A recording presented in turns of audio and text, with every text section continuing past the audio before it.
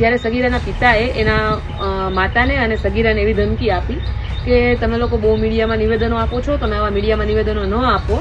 જો તમે આવો મીડિયામાં નિવેદન આપશો તો તમારો બાપ જયરાજ જે છે એ તારા અને અમિત ખૂટના જે ખરાબ ફોટા છે એ મીડિયામાં વાયરલ કરી દેશે. અને આ ફોટા હજુ પણ જયરાજસિંહ અને ગણેશ ગોંડલ છે એના ફોનમાં છે.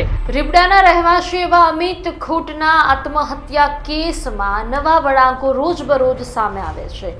હવે સમાચાર એવા મળી રહ્યા છે કે સગીરાની માતા દ્વારા એમના પતિ એટલે કે સગીરાના પિતા અને બીજા જે પોલીસ કર્મી છે એમના પર જયરાજસિંહ જાડેજા અને ગણેશસિંહ જાડેજા ઉપર પોક્સોની ફરિયાદ દાખલ કરવામાં આવી છે. એક નવો વળાંક છે કેસમાં, કારણ કે આ કેસ રોજબરોજ નવા વળાંકો સાથે સામે આવે છે. કંઈક નવું આ કેસમાં રોજ સામે આવે છે. હજી સુધી નામદાર કોર્ટે માગેલા એ સીસીટીવી ફૂટેજ નામદાર કોર્ટને રજૂ કરવામાં નથી આવ્યા. પહેલા તારીખ આવી ગઈ ત્યારે એવું કહેવામાં આવ્યું કે પોલીસ સ્ટેશનમાંથી ડીબીઆરમાં વિસ્ફોટ થયો હતો, જેના કારણે એ ફૂટેજ સામે આવી શકે એમ નથી. એ વાત કર્યા પછી એમને એવું પણ કહ્યું કે ભાઈ જે દિવસે થયું હતું એ દિવસ પોલીસ સ્ટેશનમાં રજીસ્ટર્ડ કરવામાં આવેલું હોય એ પણ સામે આવશે.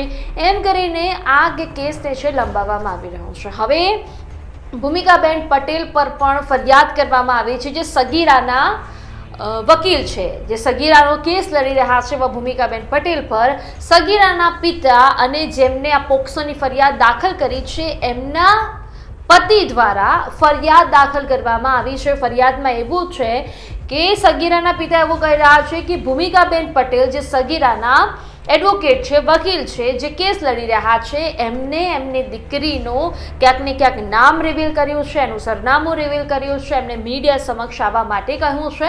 પરંતુ ભૂમિકાબેન સાથે કાલે વાત થઈ તો ભૂમિકાબેને કહ્યું કે બેન, આવું કોઈ પણ પ્રકારનું કૃત્ય મારા દ્વારા કરવામાં નથી આવ્યું. એ એમના માતાશ્રીના કસ્ટડીમાં હતા, જે સગીરા છે એમના માતાના કસ્ટડીમાં હતા. અને મીડિયા દ્વારા પણ પૂછવામાં આવ્યું હતું કે જો તમારે આપવું હોય નિવેદન મીડિયા સમક્ષ તો જ આપો, બાકી અમે કોઈ પણ પ્રકારનું દબાણ કરતા નથી. ત્યારે સગીરા અને સગીરાની માતા એવું કહ્યું કે હા, દરેક મીડિયા કર્મી મારું ઇન્ટરવ્યુ લઈ શકે છે, યાની કે નિવેદન લઈ શકે છે. એવું થયું. અને હવે જે સગીરાના માતા છે એમના દ્વારા પોક્સોની ફરિયાદ દાખલ કરવામાં આવી છે સગીરાના પિતા પર. જયરાજસિંહ જાડેજા, ગણેશ ગોંડલ, જે એડી પરમાર જે પીઆઈ છે એમના પર ફરિયાદ દાખલ કરવામાં આવી છે અને બીજા અન્ય 2 પોલીસ અધિકારી છે એમના પર ફરિયાદ દાખલ કરવામાં આવી છે. હવે આખો કિસ્સો શું છે ભૂમિકાબેન પોતાના નિવેદનમાં જણાવી રહ્યા છે. આપણે ભૂમિકાબેનને સાંભળી લઈએ એટલે દૂધનું દૂધ અને પાણીનું પાણી થઈ જશે કે આખરે આમાં હવે આ કેસમાં શું થઈ જશે અને આગળ ભવિષ્યમાં આ કેસ ક્યાં સુધી હજી લંબાશે એ બધું જ આપણને ખબર પડી જશે. સાંભળો ભૂમિકાબેન પટેલ જે સગીરાના વકીલ છે તે શું કહી રહ્યા છે.